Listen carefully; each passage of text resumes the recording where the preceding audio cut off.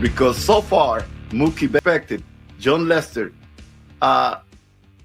free agents are going to really be looking at Boston in a different way. And that's what I'm concerned, that the culture that we left, Pedroia, Papi, Manny, all of us, Tech, all of those great players that went through the organization, it's going to disappear. And people are going to start looking at Boston as a bad organization or an organization that doesn't respect the players.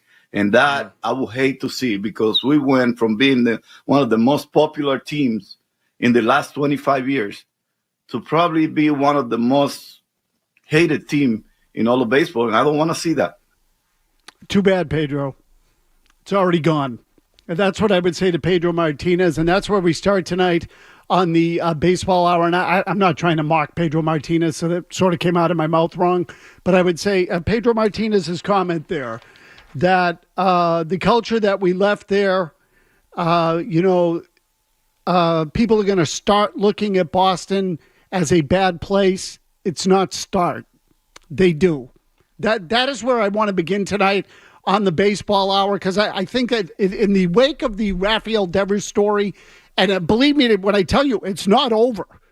The Rafael Devers story is not over. More commentary still coming out from people in the baseball world about Devers, some of it about the Red Sox. Pedro has weighed in, and this is all within the last couple of days. Pedro has weighed in, Kurt Schilling has weighed in, Jonathan Papelbon has weighed in, Jim Bowden has weighed in, all kinds of people. But I'll stick to the former players. Pedro, Papelbon, Schilling, all of whom won World Series here with the Red Sox. And I would tell you, all of whom, in one way or another, had tussles or feuds with the fan base or ownership post-career in Boston or during their careers in Boston, sometimes causing problems on the team. Papelbon probably the least of that group, because certainly he went elsewhere and had problems in the clubhouse, famously almost strangled Bryce Harper, but you get the idea. So this is my question for the Red Sox. Now that Devers is gone, and again, that story's not yet over yet. I want to get to more of that in a second. But now that Devers is gone, and you have the clubhouse you want, and you have young guys in the operation, although Kristian Campbell, for those of you who have not heard, has been demoted to AAA. We'll get to that tonight, too. We have a crap ton to talk about tonight on the Baseball Hour, and I want to hear from you. 617-779-0985. But if I'm the Red Sox, here's the lasting effect for me. If I am going to look at myself and look at the organization, and I'm in the Red Sox management structure, I'm going to seriously examine the way we're doing things, not just this past year, not just with Kristian Campbell, and not just with Rafael Devers, but Pedro Martinez went through the list of names there. John Lester, Mookie Betts, now Rafael Devers. He didn't mention Xander Bogaerts, who also left unhappily. And at one point, Pedro Martinez said, we used to be one of the most lovable organizations. I don't think he was talking about the fans. I think he's talking about opposing players and people in baseball, people around the league. Lovable's the wrong word, but again, it's Pedro's second language. I covered Pedro, I know Pedro, and I know what he was getting at. He meant we were one of the most desirable organizations. That's what he meant. Desirable. He said lovable, he meant desirable. People wanted to play here. People came here and celebrated the fact that the Red Sox were a thing, that the games matter, that the crowd was engaged, that ownership wanted to win championships. All of that stuff was a draw. Now the opposite has happened. And it doesn't feel like players necessarily want to be here anymore. When they bid on Yamamoto, he goes to the Dodgers. When they bid on Juan Soto, he goes to the Mets. It took them to get to 10 or 12 candidates before they were able to hire a head of baseball operations in Craig Breslow the last time around. You see the pattern? Do you remember when Fenway Park used to be banged out every night with Bostonians, and it was intimidating for the opposition to come in here and play? Do you remember that? There was a story today. The Los Angeles Dodgers have eclipsed 2 million fans in their stadium in the first 40 games of the season. It's a major league record. There aren't many fan bases that can draw 4 million fans. I mean, think about it. You have to have a big stadium, a capacity of 50,000 seats, and 81 home games. You got to pretty much bang out this stadium 80 times to get 4 million fans. The Dodgers are ahead of the pace. Ahead of it. So you used to be Los Angeles or New York or pick whatever city you want. Now it's visiting fans in the stadium, overrunning the ballpark, and players look to get out, not get in. So that's what it has become. As for the commentary going around baseball on the Rafael Devers trade and the ramifications it has, some of it's in support of the Red Sox, some of it's in support of Devers, some of it is just on how much of a clown show the Red Sox have become. Because this is where we're at again. I also want to get to the Kristian Campbell story. I'll save most of that for the next segment. But a couple of months ago, on April 7th, the Red Sox trotted out Campbell for a press conference to announce his contract extension or his new contract with the team and celebrated him as this emblem for what the organization now stood for. Their player development operation, their modern metrics, their new approach. And you know what happened today? Kristian Campbell got sent back to AAA. In his last, let me give you the numbers exactly here. In his last 39 games, Kristian Campbell has hit 154 with a 451 OPS. Again, in 39 games, he has 20 hits and 42 strikeouts.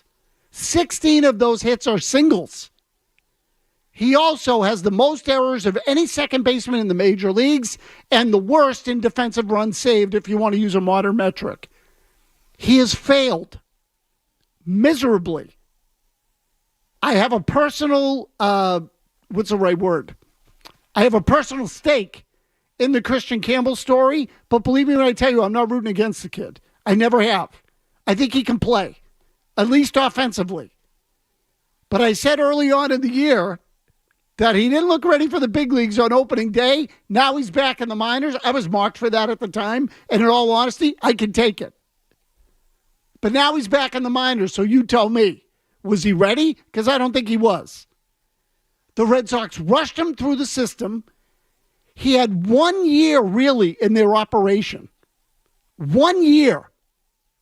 From A-ball to the big leagues, in large part because he played the game and he signed the contract extension they put before him. And they couldn't give it to him fast enough because they were able to take a lot of the credit for his development.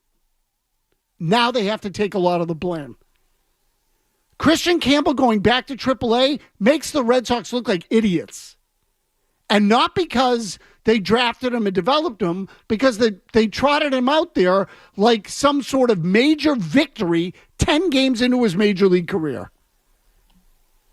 So those are the two big topics tonight. The Devers trade, the fallout, the commentary from around the game, what it means for the Red Sox in the long run. Have they further hurt their brand? Because that's what it feels like. People around the game are laughing at them, mocking them, calling the trade an egregious mistake. That was Jim Bowden's term. Egregious. But I do want to play for you a little bit of a commentary as well. So, Jimmy, let's start with Jonathan Papelbon, if we could, about, I think it's Papelbon 3, Jimmy. Let's play that one. I think the biggest concern was getting rid of him. Getting rid of someone who, when we ask him to do something, rebukes everything that they ask him to do. I mean, I can honestly tell you that as long as he's been here, he hasn't been a part of any team functions, and there's the team and then Rafael Devers. And you cannot win, I don't care in what league, when you don't have all 25 players all pulling in the same direction. It only takes one guy to be pulling in a different direction for a team to go down. Now, with all this being Francisco, after all this is said and done and say, man, wow, I really have a chance to have a great learning experience. He has that opportunity sitting right in front of him, and he could go to the Giants and change his ways and be a totally different guy, a totally different clubhouse kid, do team functions, be a part of the team, which I'm hoping he does.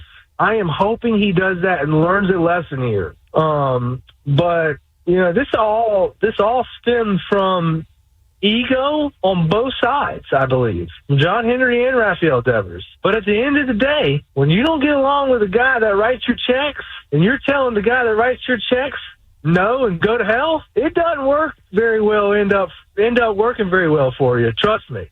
Okay, so now that's one of the more balanced things that Papelbon had to say, that there's blame to go around on both sides. In the same breath, believe me when I tell you, he really criticized Devers more than he did the Red Sox in ownership, and that's fine. He's certainly entitled to his opinion. It's also worth noting that Papelbon obviously works for the team in some capacity, appears on NESN frequently, so he's a Red Sox employee. It just comes off as the Red Sox once again smearing a player on his way out the door.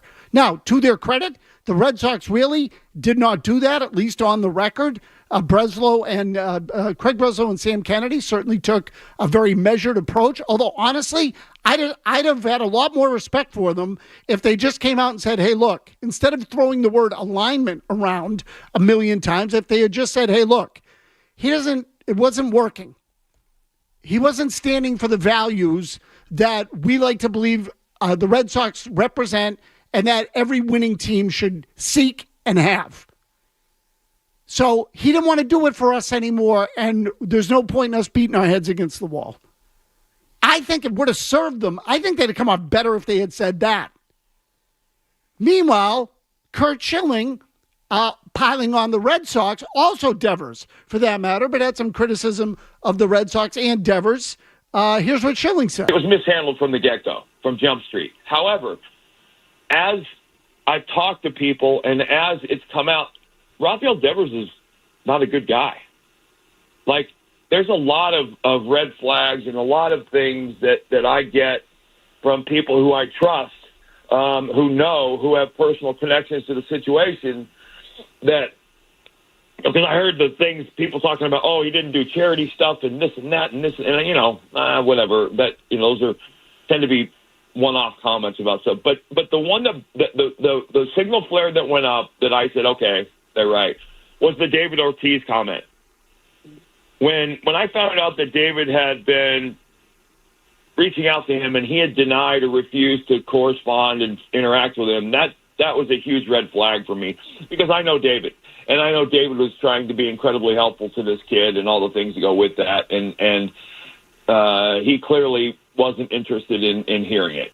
And listen, if you think Schilling is just dumping on Devers, wait till you hear about what he says about John Henry. We'll play that for you next when we come back on the Baseball Hour. I also want to get to the Kristian Campbell story, and we'll remind you what Craig Breslow said about Kristian Campbell on April 7th, 10 days into the player's career. More importantly, what he said about the Red Sox organization and their player development operation, taking credit, really. When you hear it again, we'll remind you, for the development of Kristian Campbell, who today was sent back to the minor leagues after batting let me get the number again, 154 in his last 39 games. A quarter of the season, 154. Don't go anywhere. We'll be right back. The Baseball.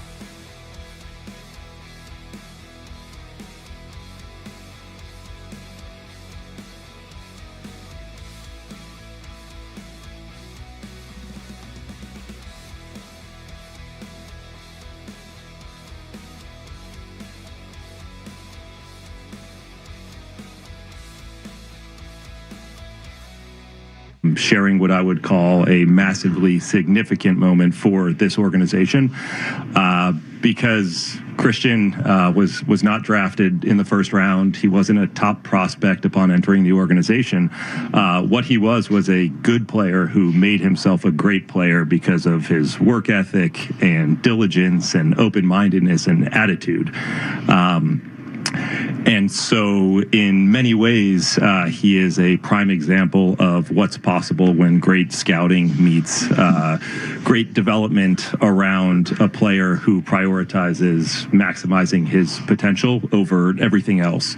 And so there are so many people in this organization who should feel particularly proud about their contributions to Kristian's development, from our major league staff all the way down to hitting coaches in A-ball and the entire player development and scouting groups. 10 days. Red Sox signed him to a contract that I'm sure they had been negotiating for much longer. And by the way, that's okay. No one should regret that. Don't regret the contract. Every indication is that Kristian Campbell can hit in the big leagues, despite the fact that he has been, garbage for the last couple of months. I think the kid can hit. There are lots of things to like with the way Kristian Campbell swings the bat. But that press conference, and let me pause for a second and just say, I've been covering the Red Sox now for, Jimmy, what is it? I mean, I say covering and talking about the Red Sox now for 30 years, over 30 years. I mean, I remember first reading you around 1991. Okay, so I started doing some stuff then, but my first real regular time on the beat, first full-time season was 95. But Jimmy's right. I was there 92, 93, 94. So 30-plus years, and I grew up here. I've watched them my whole life. Of all the stupid things I've seen the Red Sox do, and I've seen them do a lot, of all the stupid things I've seen them do, this press conference might have been the dumbest. And that is not hyperbole, and it's not recency bias. Of all the things I've seen, this was the one that was the most arrogant, the most self-serving, maybe the most completely blind and ridiculous thing that they have done. Ridiculous. Feels like a future tears, Tony. 10 days into his career. They have a press conference on the day they announce the contract, and they tell you that he wasn't a top prospect. Not a top prospect, said Breslow. That he was a good player who made himself a great player through his open-mindedness, which means that he listened to them, and is a prime example of what can happen. And these are in quotes. Quote-unquote, prime example of what can happen when, quote-unquote, great scouting meets great development. So, the player had ability, but look at what he has become because of us in our system and his willingness to listen to us. The whole thing was them using the contract with Kristian Campbell and his arrival at the big leagues, not at the end of his career, at the beginning. 10 days in. This is what happens with great scouting and great development. 3 months later, 2 months later, he's back at AAA and has hit 154 in the last 40 games. Are they going to have another freaking press conference and tell me that they effed up? That this is what happens when you rush a kid to the major leagues, when you use him to promote your player development operation, and you have him change positions multiple times and thrust him into an environment that's not healthy and use him for your benefit? Are they going to now hold a press conference and tell us that? They screwed the kid in the first 3 months of his career. They screwed him. He had 10 good days, maybe a little more. And then he really struggled because the rest of the league got onto him. And now he's back at AAA because he wasn't ready to handle the big leagues yet. If he were, they would have kept him in the majors. So I'll give the Red Sox credit for sending him back because I think it's the best thing for the player right now.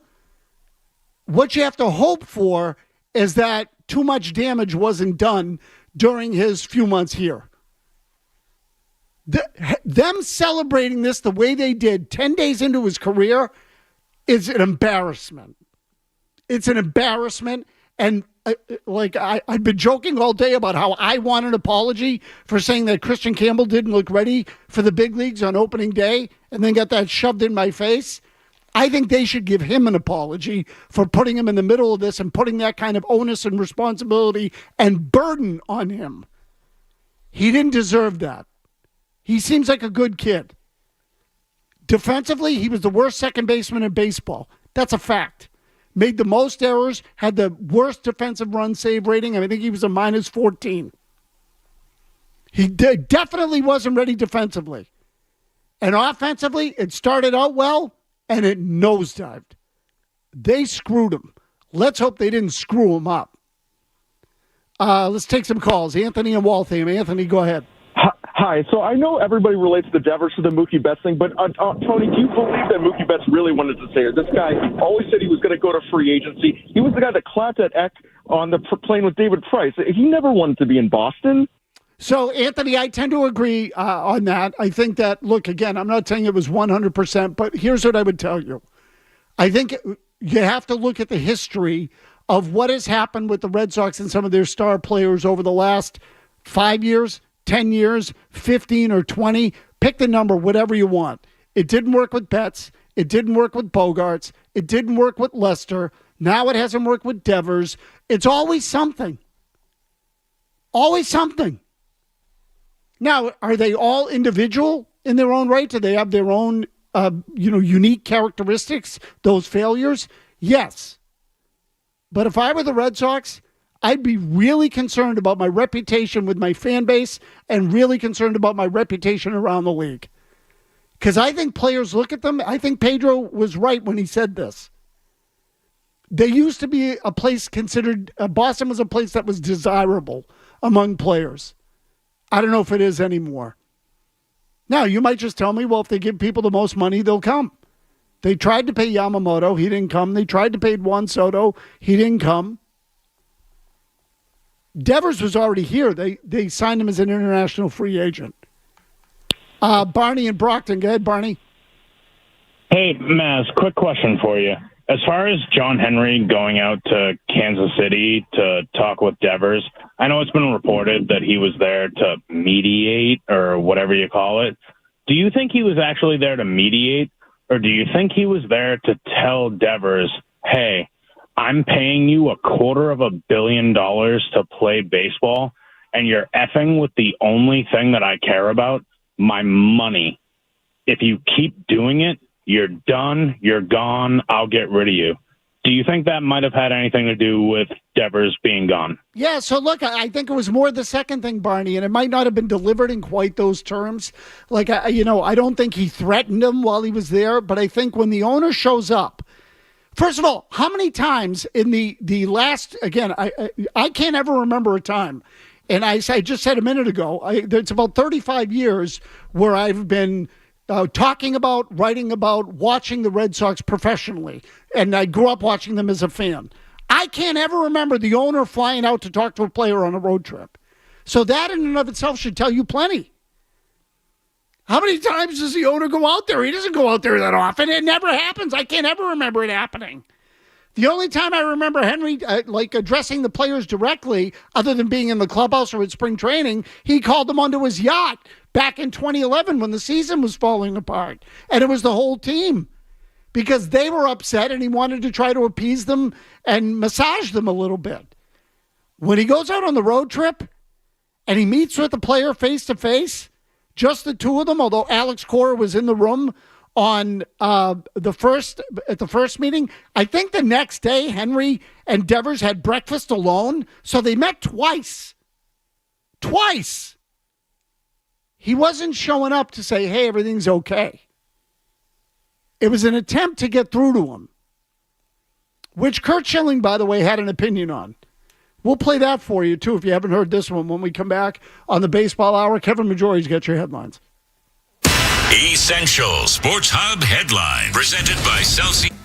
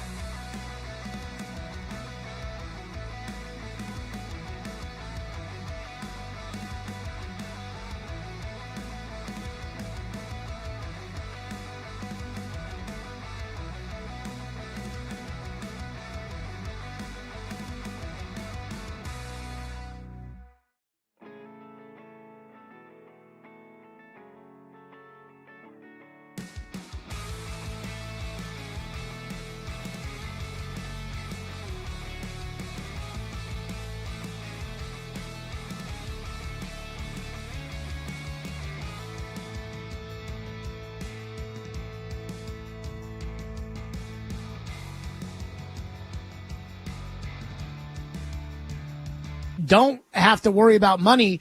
In your day, it was an arms race. Oh, the Yankees got A-Rod? Well, we'll go get Curt Schilling. And now, at the same time, though, Mookie Betts, all he wanted was the contract in Boston. He didn't get it. He gets the contract in L.A. And L.A. has very much become what the Red Sox were in your day. Devers ends up being the one guy that signs. The Red Sox didn't sign Xander Bogaerts. Now, I think they're happy they didn't do that. But they signed Devers, and eventually they move off of him. It does kind of feel to me like the Red Sox don't feel the way they felt when it came to spending for good players like when you played. Do you see that too, or no? Absolutely. There's an indifference and a laissez-faire attitude from ownership, and that's obvious. I think focus is elsewhere. I think that there is – listen, I know John Henry. Him flying out to try and mediate isn't a potential solution to any problem, if that makes sense, right? I mean, that's not going to still the waters. I think that around baseball, I think that there is, like everybody. Kurt, why do you think that, Kurt? Why do you think that John Henry flying out there isn't? Well, because he's not. That's not what kind of person he is. He's not that guy. He's not a peacemaker. We tend to ascribe personality traits to people based on their net worth. John Henry's a billionaire. That doesn't make him a nice guy. It doesn't make him a super smart guy across the board. It doesn't make him, this Terry Francona level of communicator. It just makes him a billionaire. We tend, and as a Red Sox fan, hey, just spend money, put good players on my team, and win. And I think that they've moved on from the Red Sox from an interest level, very much so. And I think it's unfortunate.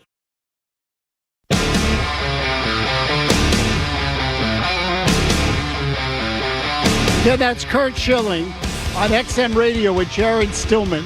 We played Jared's stuff before, mostly about Mike Vrabel. I'll say this about Schilling because I always feel compelled in these things to disclose any allegiances or not that I have in these, when I give you my opinion on stuff. I covered Schilling. I liked him. I liked him as a guy. I thought he was a tremendous competitor, and I always will believe that. Now, what happened after he left the Red Sox? I don't know. I wish I did. And I think that Schilling, for a long part of his career, got a bad rap. So there was that famous line, Jimmy. There used to be a general manager for the Philadelphia Phillies whose name was Ed Wade. Okay, and he had a famous line about Schilling that stuck to Schilling like glue and never went away. He said Schilling was a horse once every 5 days, and a horse's ass the other 4. It's a great line. But I think that always bugged Schilling. I never found him to be a horse's ass. I thought he was a pretty good guy. And he was a good teammate. He was, again, tremendous big game pitcher and competitor. Very opinionated and will let you know. And that could kind of annoy people at times. But Francona described it once, and he mentioned Terry Francona and said, are you going to want him to tell him to shut up every once in a while, but he's really not a bad guy. And I thought Francona got it right. Now, I also think that Schilling has a grudge against the Red Sox organization and that he had a dispute over his contract in 2008. The Red Sox threatened to void the deal if he had surgery. He never pitched for them again. That was the end of it and ended badly. Now his teammates won't talk to him, many of them, because of what happened with Tim Wakefield and Schilling leaking the information that Wakefield was dying from cancer. The teammates didn't feel it was Schilling's place to reveal that. They were right. And so he's fallen out of favor with teammates. Do I wish it were that way? No. Again, I like the guy. My personal experiences with him were good, is what I'm telling you. Now, I don't believe in a lot of the stuff that Schilling believes in politically, and I never will. But I didn't really, we didn't talk politics. So from that standpoint, our relationship was good. I wish it still were. But I also think he's got an axe to grind with the Red Sox. But he also dumped on Devers for his approach. So I suppose his criticism of the entire thing was fair in that regard. Dave in Weymouth on Jonathan Papelbon. Go ahead, Dave. Hey, Maz. I was curious with his comments, and as you've mentioned that he's, technically employed by the Sox. Do you think there was a pure Papelbon opinions that are coming from the angle because he works for the team and maybe it'll give him brownie points? Do you think there's any possibility that there's any, for lack of a better term, influence by Red Sox management to get that notion into the fans' ears that it's really on Devers, and it kind of takes the blame or the PR hit off of them, and it's just a opinion of Papelbon? Yeah, so Dave, I would tell you, what's the difference? Do I think if Jonathan Papelbon thought what Curt Schilling thought and said the things that Curt Schilling said, do you think he'd be back on NESN? Because I don't think he would. Jimmy, the beginning of those comments again from Schilling, where he describes Henry, the one we just played, can we play that again? Just to listen to how he goes after him. And I'm not telling you that he's wrong to say he's entitled to his opinion. My point is, if Papelbon had said this, do you think Papelbon would still be working for NESN?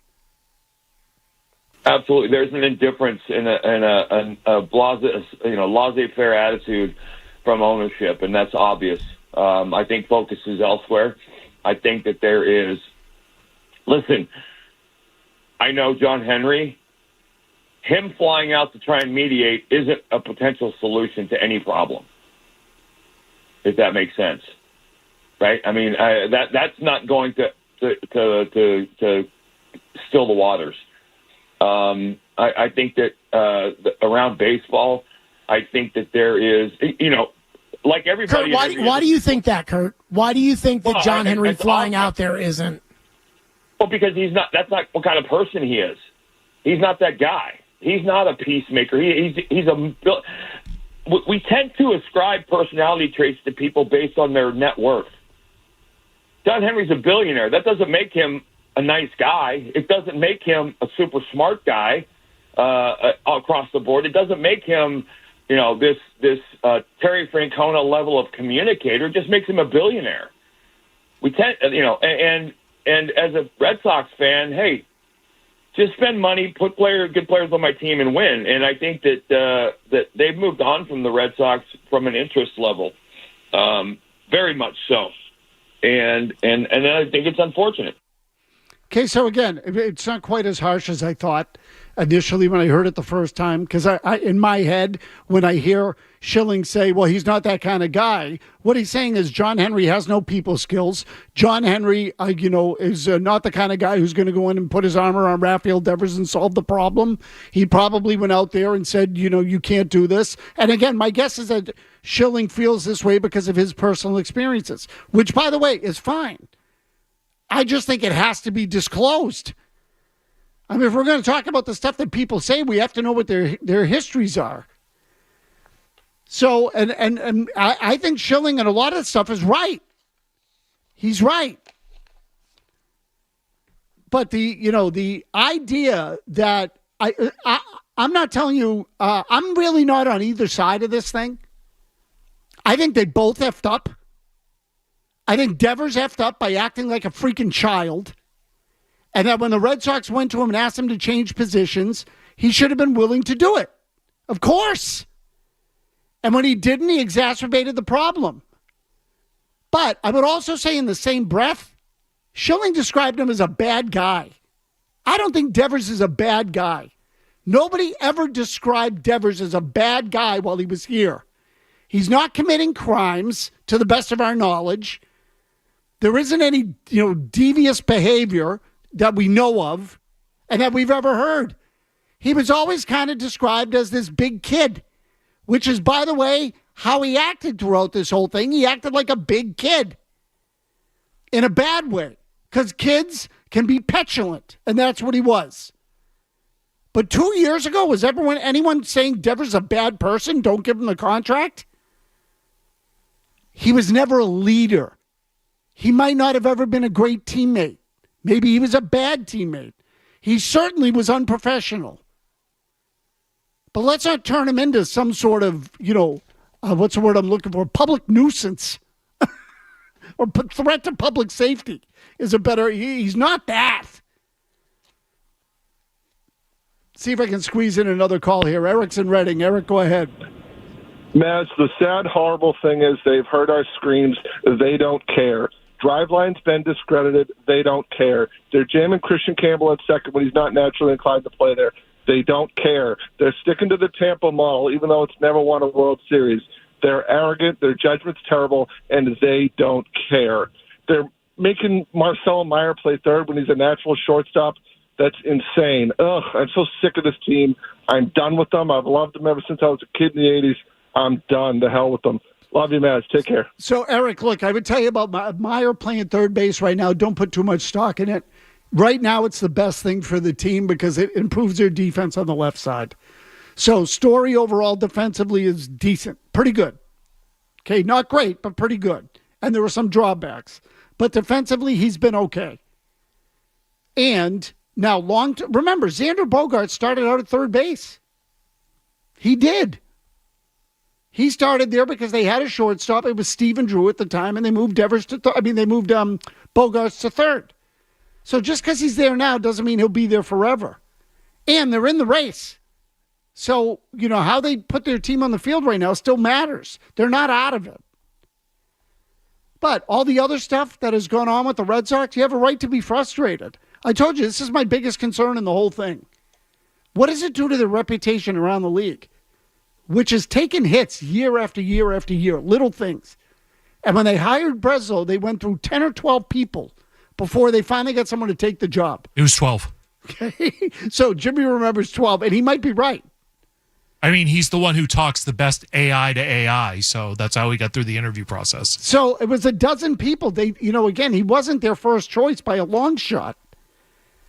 And it used to be that if the Red Sox GM job came open, people would jump for it.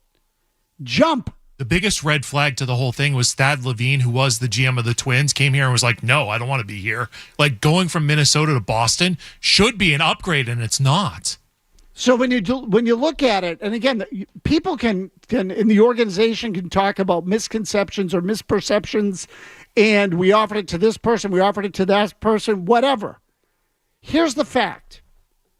Since Theo Epstein left, it's been a comment, and I'm not even counting like the Ben Cherington, Jed Hoyer joint co-GMs for a period of time there when Theo was, AWOL in 2005.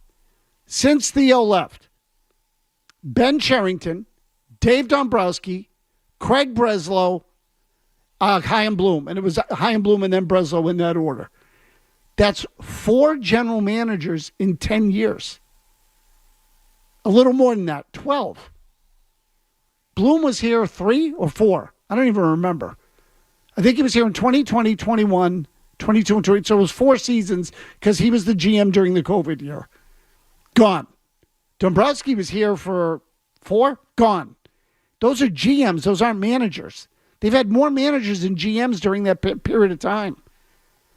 So they're viewed upon throughout the major leagues as being unstable and having bad ownership now. That's how they're looked at. Brad is in Los Angeles. Brad, go ahead. Hey, Maz, how are you? Cigarettes. Good. What do you got? So here's the thing. First of all, do you guys get along with the morning show with Zoe and Sure. Beetle? Yeah, why would I don't know why you would ask that, but keep going. I would ask that because I'll tell you, I called him and I referenced, it was the first time I've called, a long-time listener, first time I called, and I said, Maz said that they will never trade. That was the answer. So, yeah, you did say that a bunch of times. Brad, you broke up. I would never trade, they would never trade who? Devers. So let me clarify. I'm going to let you go. What I said was they're not going to be able to trade Devers. I don't think anyone will take the contract. You can't. I didn't say they won't trade Devers. I said they can't trade Devers because of the contract. I was wrong, obviously. The Giants are willing to take on the whole deal. So, and forgive me for not keeping you on longer. We're up against it. So you cut out. I couldn't hear you. But I have no problem with the midday show, and they don't have a problem with me. I don't think. I get along with both of those guys. We say hello to them all the time. I feel the same way about the morning show. One of the great things about working at the Sports Hub over the last, 15 and a half now, almost 16 years, really, it'll be 16 in August, is that I generally think there has been now I'm going to start throwing the corporate bullcrap around. But there has been, for the most part, a synergy among the people that work here. And I don't even mean just on the air. Nobody is really out to screw anybody else. And so it has been a refreshing place to work in that way. And we're all in alignment of our values. Yeah, so again, you start using corporate buzzwords. And it doesn't mean we don't have, disagreements or that we agree on everything all the time in terms of what we talk about and what have you. But I can tell you there's not a lot of territorial bullcrap between shows that has ever existed here. And hosts get sick of one another when we're on the air all the time together. But I don't think that's different between any people in any environment ever. You just get sick of people when you're around them all the time. It doesn't mean you hate them or any of that. So the culture here overall for the last 16 years has been pretty good. Really good. Not perfect, but good. And to me, that's realistically is all you can ask for. Joe Murray's got you for the rest of the night. Headlines coming up shortly. We'll catch you tomorrow. This is the Baseball Hour on the Sports Hub. Hey, it's Maz from Bigelow Teen.